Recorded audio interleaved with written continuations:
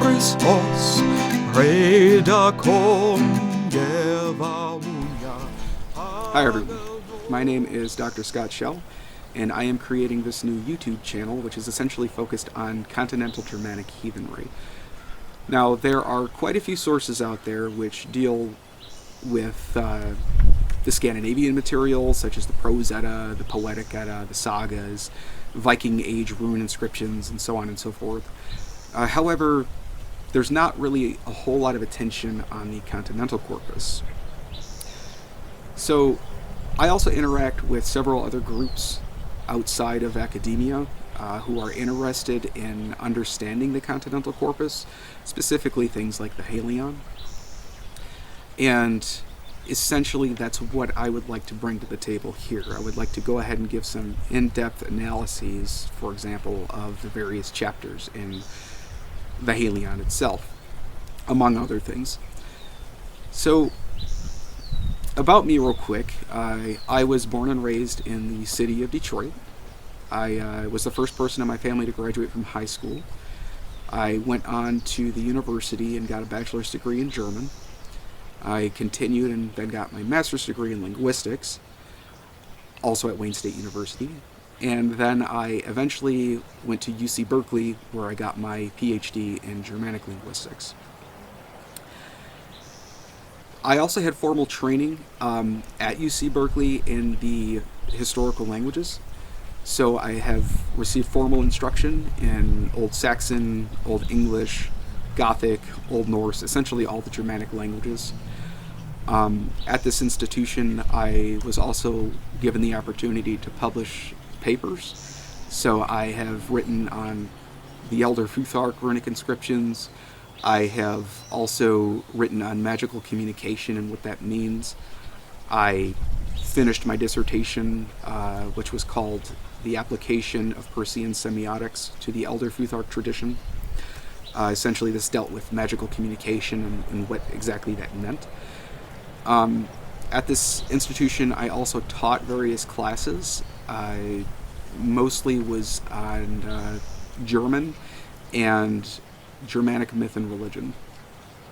I also had the opportunity to be trained by my advisor, Professor Irmingard Rauch.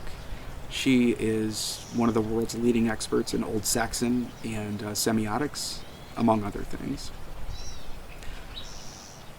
So, essentially, the first in this video series would be a discussion of the Helion. So, this is a 9th century text that was used to forcefully convert Saxons. Essentially, after the wars between the Saxons and the Franks. So, the Helion is it's really a Germanic Christian text, but there are many, many elements in this text which are Germanic. First off, the word Helion itself means, it's often translated as Savior, but if you would like a very literal translation, it is the one who is always saving, or really the one who is always healing. It's that nd suffix, which makes it a present participle. So, what I thought I would do is go through each relevant fit in the Helion. These fits are also referred to as songs or chapters, and try to gain a better understanding of the worldview of the Saxons. So in order to really understand this sort of heathen perspective, you really need to get at the language. And I also realize that it's very hard for anyone, and time-consuming for anyone to do that, right? I mean, I've been fortunate enough to where I've had this formal training, and so I can come here on YouTube and go over some of these words with you all, go over some of these phrases and whatnot. So hopefully this will help you all out. But essentially what's interesting about the Helion is that you have a lot of juxtaposition of imagery, and in one breath it will be very Christian. There will be some sort of Christian sentiment. But right in the next clause, or phrase rather, next to that Christian phrase, you get a Germanic, or more of a, I guess more specifically, more of a Saxon perspective as well. It doesn't sound Christian, at all. So, for example, there is Christ. He is the one who is always healing. That's very obviously very Christian. But he's also referred to as a noble spear-throwing chieftain, or really, in the first fit, he's called this. The first chapter, he's called this. The word is actually avel, ort, frumo, and avel is noble, ort is spear, and frumo is advancer. So, noble spear advancer is a name that's given to Christ. So he's clearly being portrayed as a sort of Odinic chieftain of some sort. Another instance is where Peter is being praised as one of the greatest swordsmen ever. Again, it's not very Christian. You have the depiction of long-horned ships being situated by the North Sea. It's also another Saxon reference.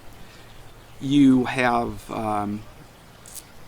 probably one of the most interesting examples is the Shapers of Weird in the Halion, and I'll get into this a little bit deeper in later videos, but just as a quick reference here, this word is often translated as fate. So if you've ever read Murphy's translation of it, it's like usually he always translates the Old Saxon Shapers of Weird, which is Wordi Yaskapu, as fate. But you can see how, if you're just reading a translation of it and you just read fate, you might say, what, that sounds Christian enough, right? But if you look at the original language, it's literally Wordi Yaskapu. It's the Shapers of Weird. And so when you can sort of dissect the material a little bit and try to understand the words that are being used, it allows for a better understanding of the worldview of the Saxons themselves. And so that's really why there are so many issues with reading a translation. You can't quite get the worldview. You can't quite understand what's going on there. So, alright, well, that's all I really wanted to talk about today. I just wanted to do this sort of introductory video and see if there's any interest out there. If you are interested in this and going through, the Halion and finding these Saxon phrases and trying to understand the Saxon worldview a bit more, maybe going through some Continental runic inscriptions, and so on and so forth, please let me know. Go ahead and, of course, like the video, subscribe. It's very important that you subscribe so I can actually see, who's interested. And leave a comment below. If there's something that you want to go ahead and talk about, I will definitely take that into consideration and possibly create a video about it. All right. Have a great day, and I will see you all soon.